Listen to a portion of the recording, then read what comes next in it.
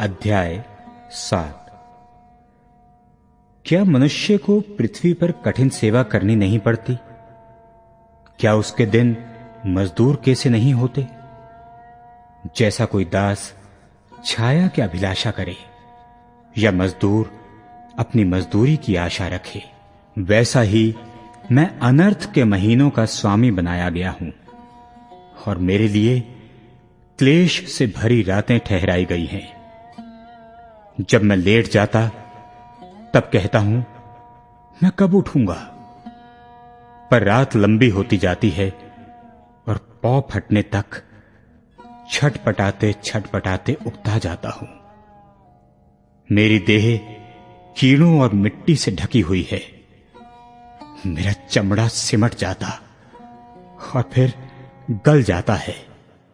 मेरे दिन जुलाहे की ढरकी से अधिक फुर्ती से चलने वाले हैं और निराशा में बीते जाते हैं। याद कर कि मेरा जीवन वायु ही है और मैं अपनी आंखों से कल्याण फिर न देखूंगा। जो मुझे अब देखता है उसे मैं फिर दिखाई न दूंगा। तेरी आंखें मेरी ओर होंगी परंतु मैं न मिलूंगा। जैसे बादल छटकर लोप हो जाता है, वैसे ही अधोलोक में उतरने वाला फिर वहां से नहीं लौट सकता। वह अपने घर को फिर लौट ना आएगा और ना अपने स्थान में फिर मिलेगा।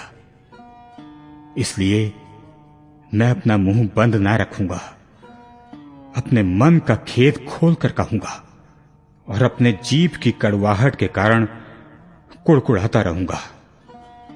क्या मैं समुद्र हूं या मगरमच्छ हूं कि तू मुझ पर पहरा बैठाता है? जब जब मैं सोचता हूं कि मुझे खाट पर शांति मिलेगी और बिछौने पर मेरा खेद कुछ हल्का होगा, तब तब तू मुझे स्वप्नों से घबरा देता और दर्शनों से भयभीत कर देता है, यहां तक कि मेरा प्राण फांसी को और जीवन से मृत्यु को अधिक चाहता है। मुझे अपने जीवन से घृणा आती है। मैं सर्वदा जीवित रहना नहीं चाहता। मेरा जीवन काल सांस सा है, इसलिए मुझे छोड़ दे।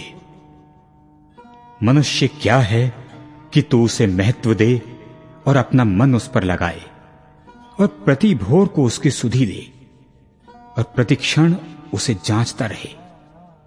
तो कब तक मेरी ओर आंख लगाए रहेगा और इतनी देर के लिए भी मुझे न छोड़ेगा कि मैं अपना थूक निगल लूं?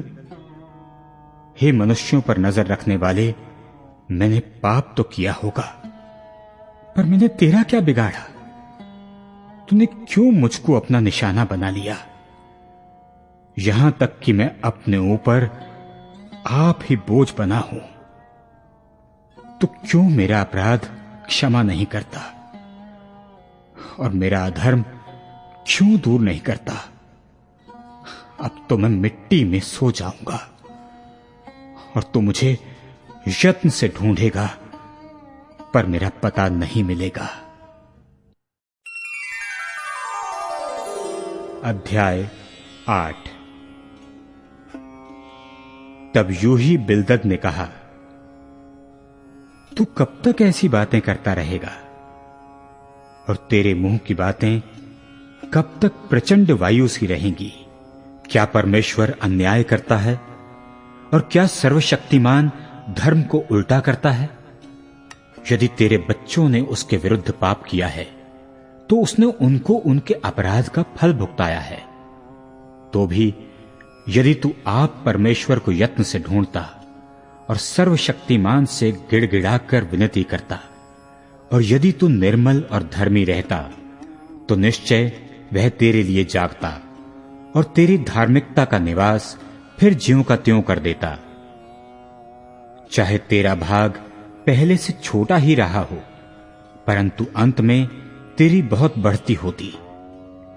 पिछली पीढ़ी के लोगों से तो पूछ और जो कुछ उनके पुरखाओं ने जांच पड़ताल की है उस पर ध्यान दे, क्योंकि हम तो कल ही के हैं और कुछ नहीं जानते और पृथ्वी पर हमारे दिन छाया के समान बीतते जाते हैं। क्या वे लोग तुझसे शिक्षा की बातें ना कहेंगे? क्या वे अपने मन से बात ना निकालेंगे? क्या कछार की घास पानी बिना बढ़ सकती है? क्या सरकंडा जल बिना बढ़ता है? चाहे वो हरी हो और काटी भी ना गई हो, तो भी वो और सब भांति की घास से पहले ही सूख जाती है। परमेश्वर के सब बिसराने वालों की गति ऐसी ही होती है और भक्तिहीन की आशा टूट जाती है। उसकी आशा का मूल कट जाता है और जिसका वह भरोसा करता है वह मकड़ी का जाला ठहरता है। चाहे वह अपने घर पर भरोसा रखे, परंतु वह ना ठहरेगा। वह उसे दृढ़ता से थामेगा, परंतु वह स्थिर न रहेगा। वह धूप पाकर हरा भरा हो जाता है और उसकी डालियां बगीचे में चारों ओर फैलती हैं। उसकी जड़ कंकरों के ढेर में लिपटी हुई रहती है और वह पत्थर के स्थान को देख लेता है, परंतु जब वह अपने स्थान पर से नष्ट किया जाए, तब वह स्थान उससे यह कहकर मुंह मोड़ लेगा, मैंने तुझे कभी देखा ही नहीं। देख, उसकी आनंद भरी चाल यही है। फिर उसी मिट्टी में से दूसरे उगेंगे। देख, परमेश्वर ना तो खरे मनुष्य को निकम्मा जानकर छोड़ देता है और ना बुराई करने वालों को संभालता है। वह तो तुझे हंसमुख करेगा और तुझसे जय जयकार कराएगा।